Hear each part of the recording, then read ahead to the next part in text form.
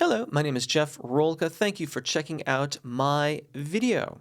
This is about vocal fox, and it's also about registration events or singing higher notes. Let's have a look at the question. I was seeing if I could possibly become a soprano, or at least achieve higher notes.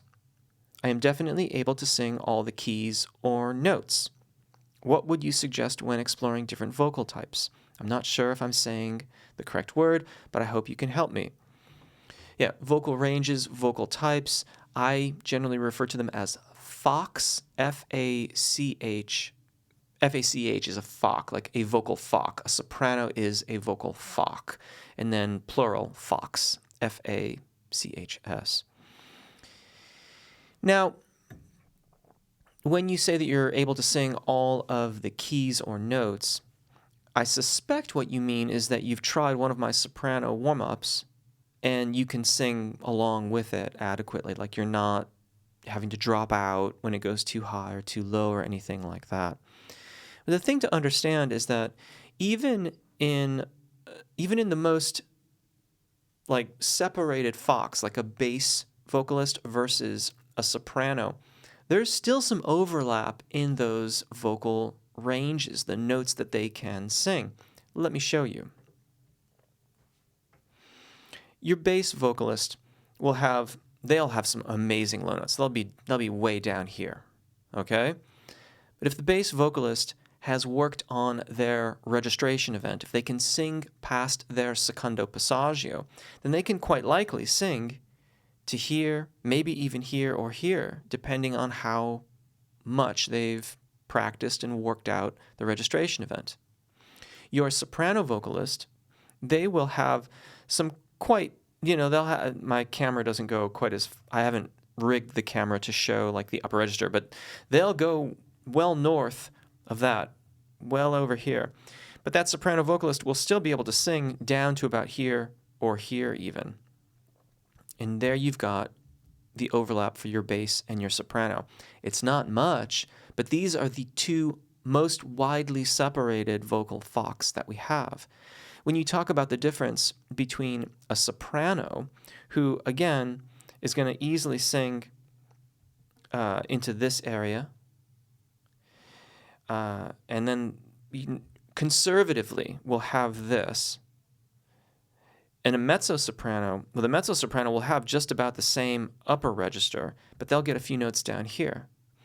Altos will have much of this overlap as well. Their secondo passaggio is here. They'll get to here-ish. Some will get down to this C.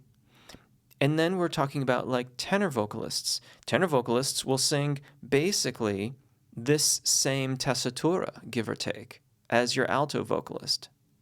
And then the baritones will shift it a little bit lower down. And then as we get into bass baritones and whatnot, we'll go lower still. There's a tremendous amount of overlap in all of the vocal fox. But what you'll have to do in order to access all of that range is be able to navigate your registration events. Registration events are the natural demarcation points in our voices where the vocal folds need to change configuration in order to continue to have consistent singing as we ascend in the case that I'm talking about here, or it reverses and goes back to its thyroarytenoid dominant singing voice configuration, our speaking voice configuration, as we descend. So the voice that I'm talking to you with, so-called chest voice, that is referred to as the thyroarytenoid dominant singing voice. Thyroarytenoid dominant.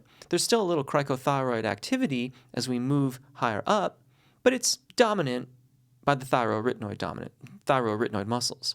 As we go up, we're going to allow more cricothyroid activity, and eventually it becomes cricothyroid dominant, and that is the so-called head voice. And when we learn to balance the use of these muscles across our ranges, we get a seamless presentation of the voice. So you can sing across the registration events, and you'll get a seamless kind of performance. So by way of example, if I'm here, let's do it here. No, it's fine. If I do it, I can allow you to really hear the registration event.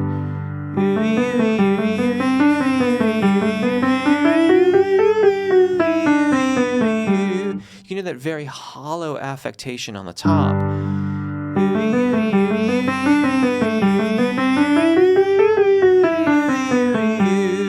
When I cross over my registration event. But with exercises like that, we learn to go back and forth and keep the airflow moving. And then eventually we can start to sing vowel sounds.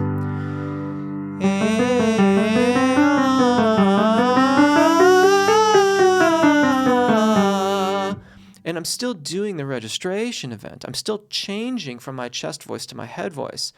But I'm balancing out the way that I'm using all of those muscles and navigating the registration event so that it's as seamless as possible.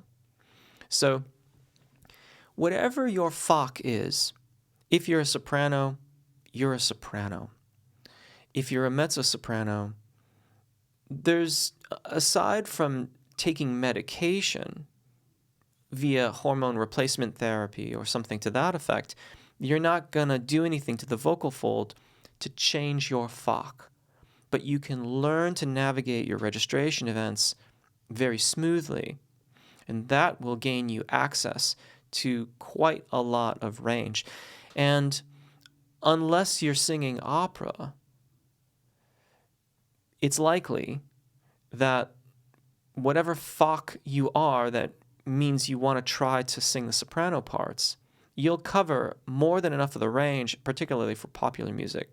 For popular music songs, you'll more than adequately cover the range required to sing those songs, but you might have to learn to navigate your registration events very adeptly, depending on the song. I do hope that helps. Great question. Thanks for watching. Thank you if you've chosen to subscribe. Take really good care of your voices. Enjoy singing. We'll see you again. Bye.